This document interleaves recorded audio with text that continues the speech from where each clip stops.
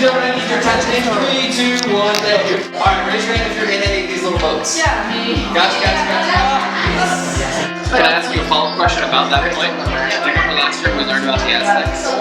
That was sharing culture, wasn't it?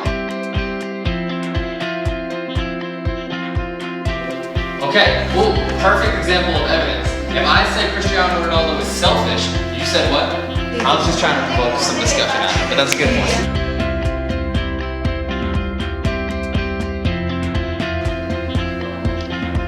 Now, the point being here, and the reason why I argued both sides, is because just like in a regular thesis or a thesis for literary analysis, I don't care what you argue.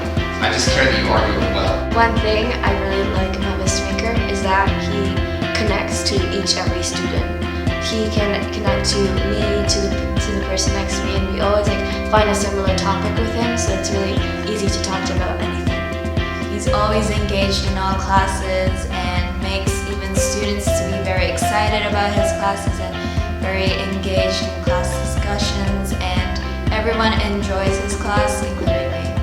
If I read your essay without you saying, my thesis is, I should be able to tell what your thesis is. I like Mr. Muenker as a teacher because of the way that he interacts with the students and how he makes certain exercises that get them to learn more, like maybe a mock trial that get to us to look at different views on a certain situation, or like a gallery walk where we get to interact with each other. He tries to make every class fun, and it really helps you to learn from I don't know, maybe making a game or a project rather than just to read from a book.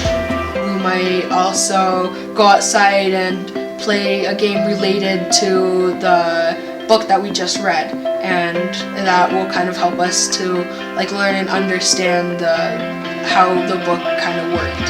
First, an overview. Writing a thesis for literary analysis. Step 1, read step 1 on scene. I want you to read this statement. Can you figure out what question I was asking you? He's one of the best teachers I've ever had, and one that I want to continue to have.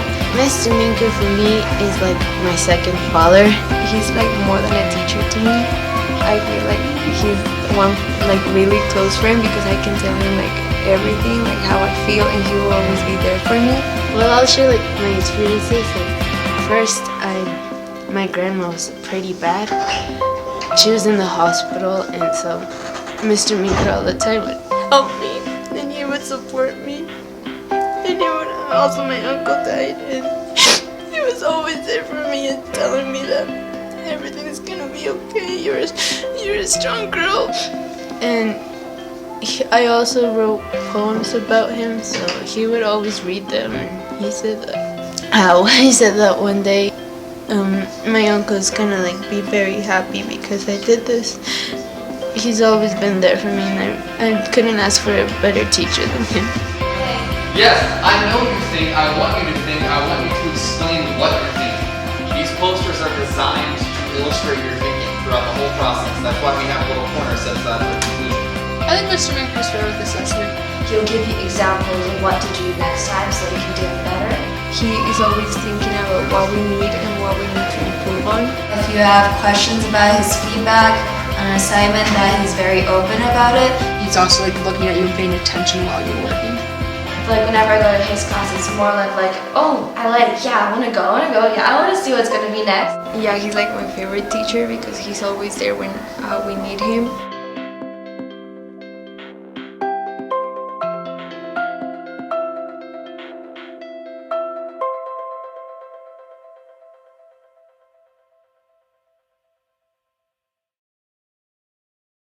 If I could describe Mr. Muenker in one word, then it would definitely be funny.